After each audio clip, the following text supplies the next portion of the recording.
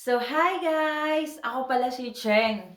2 years na po ako nakatira dito sa Finland at so far okay naman dito. I was living alone pa pala kasi hindi ko pa nakuha yung pamilya ko kasi mayroon kaming sariling problema.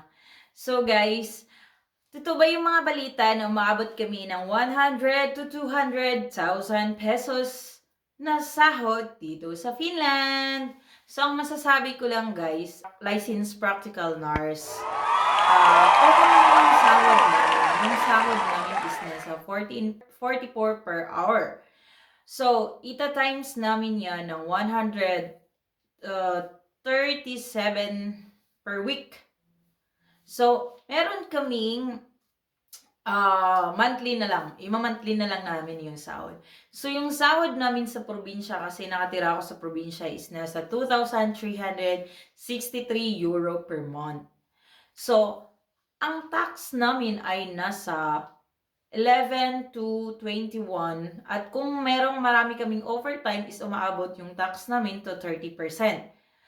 So, doon na tayo mag-calculate sa basic guys. So, yung basic na sahod dito is 2,363 per month. Ima-minus dyan ang 21% na tax. Pero mare-refund naman yan every year kung meron kang sumobra yung pagbabayad mo ng tax. So, 2,363 minus 21% na tax.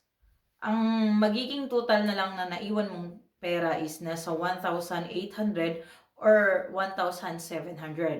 So, ipagpalagay natin yung naiwan na net mo is 1,800. So, ano-ano ang mga deduction ng 1,800?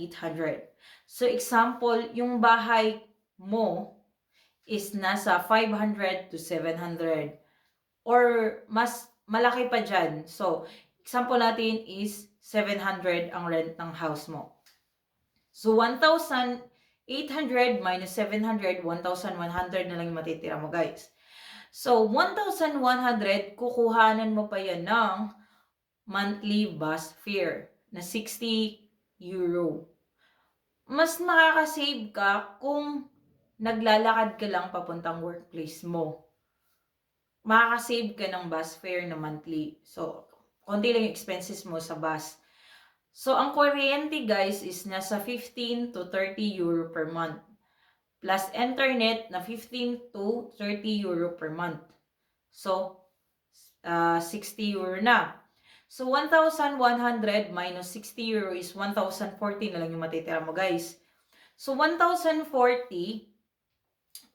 meron ka pang babayaran na yung kabuuang expenses ng apartment nyo. Lahat ng mga nasa apartment, hinahati-hati nyo lahat ng expenses nyo. So, example, yung lahat ng expenses nyo is nasa 20 euro or 30 euro. So, 1,040 minus 30 euro is 1,010 na lang yung natitira mo. Paano yung expenses ng food mo? Paano kung malakas kang kumain? Paano kung mahilig kang makipag-dine-in sa restaurant? Paano pa yung pang-shopping mo? Diba? So, 1,010 euro, kukunan natin ng 300 na food. 300 euro na food allowance or mga butche-che mo na. So, 300 euro. So, nasa 700 na lang. 710. So, yung 10 yon ano na natin yun, ibabayad na lang natin yun sa sa pambili ng asin, suka at tuyo. O, sa mga spices. So, meron ka 700 na lang natira. So, yan na yung matitira mo guys at yan na yung babadgetin mo. Plus, padala pa sa Pinas. Magkano ipapadala mo sa Pinas? Pero kung magtiyaga ka namang mag-overtime, kung meron kayong overtime at magtiyaga kang mag-part-time, mas malaki ang kikitain mo dito sa Finland. At kung mas marami ka pang part-time, pero nakakapagod din guys. Health is wealth, ika nga. Kailangan din pangalagaan natin yung sarili natin. Kaya isa lang yung masasabi ko guys, totoo talaga yung sahod na 100 to 200,000 pesos.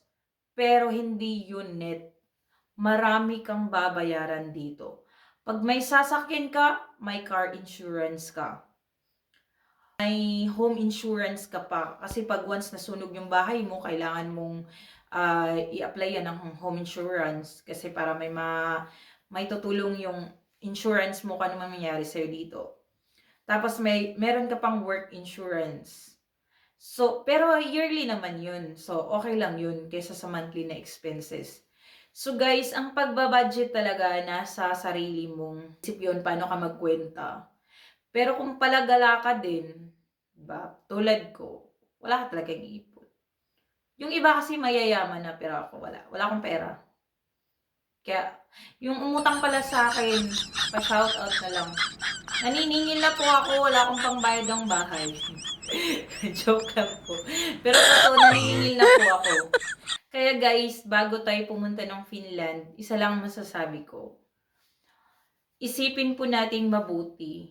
Huwag po tayong maniniwala agad sa mga chismis kasi marami pong balita ngayon na maraming na-lay off dito ng mga nurses at mga ibang skilled worker na wala pong trabaho. Mahirap na po pasukin ang Finland ngayon guys. Kung noon, okay pa, ngayon naghigpit na po. Yun pong madadala natin yung pamilya natin dito. Oo naman, madadala natin yun. Pero, kailangan po nating pumasa doon sa salary requirements ni Interfinland. So, malaki po yung mga requirements nila doon, yung kung saan, lalo na pag nasa city ka nakatira. So, kaya isipin natin bago tayo pumunta ng Finland, kung wala tayong assurance na magkakaroon tayo ng trabaho doon, wag na po nating isakripisyo yung mga kayamanan natin sa Pilipinas para lang mag-migrate tayo ng Finland. Kasi baka pagsisihan mo lang po. Pero hindi ko naman po kayo pinipigilan na pumunta ng Finland kasi choice nyo din naman po. Tsaka pumunta dito para dadami tayo. Para malalaman nyo yung realidad kung ano talaga ang buhay ng nasa Finland. Yung mga nurses dito, maraming nagle-lay off kasi wala pong pera yung gobyerno. Mahirap po silang magbigay ng mga customers doon sa mga nursing home kasi malaki yung iba kasi wala nang nalulugi yung ibang kumpanya. Kaya kung pupunta kayo ng Finland guys, siguraduhin talaga natin na may trabaho tayong madadatnan para meron tayong pangbayad ng mga bills. Kasi yun talaga ang importante sa atin dito. Kailangan nating magkaroon ng bahay. Kasi yun ang pinaka-importante. Tsaka yung mga tulad ko na pagala-gala lang, di ba? Sosyalin kami. Akala mo noon marami kang pera, no? Wala kaming pera, guys. Meron akong sikreto. I-share ko sa iyo. Saan kami umutang? Isa lang dyan. Sa letrang ko.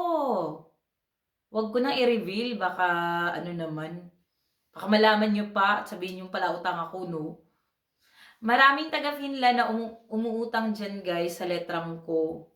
Puro mga ano dyan, pwede ka makautang dyan ng mga gamit. Tsaka pwede na din ticket papuntang Pilipinas at papuntang mga travel. Pwede installment guys. Kaya join na kayo sa amin dito sa Finland para dadamit tayo at huwag tayong maniwala sa balita. Siguraduhin ikaw mismo maka-experience para malaman mo kung totoo ba ang 100k to 200k thousand pesos na neto. At hindi nila ni-reveal yung mga deduction niyan. Kaya guys, halina kayo sa Finland at mag-enjoy tayo! Para marami na tayo ditong mga Pilipino. Salamat guys, salamat sa support. Pasensya na kayo, hindi po maganda yung Tagalog ko. Pabalang-balang po yung pagtatagalog ko, pero okay lang yun guys, di ba? At least, I try my best to speak truth. Hepa hey! Please subscribe to my channel. Thank you! Road to 100k!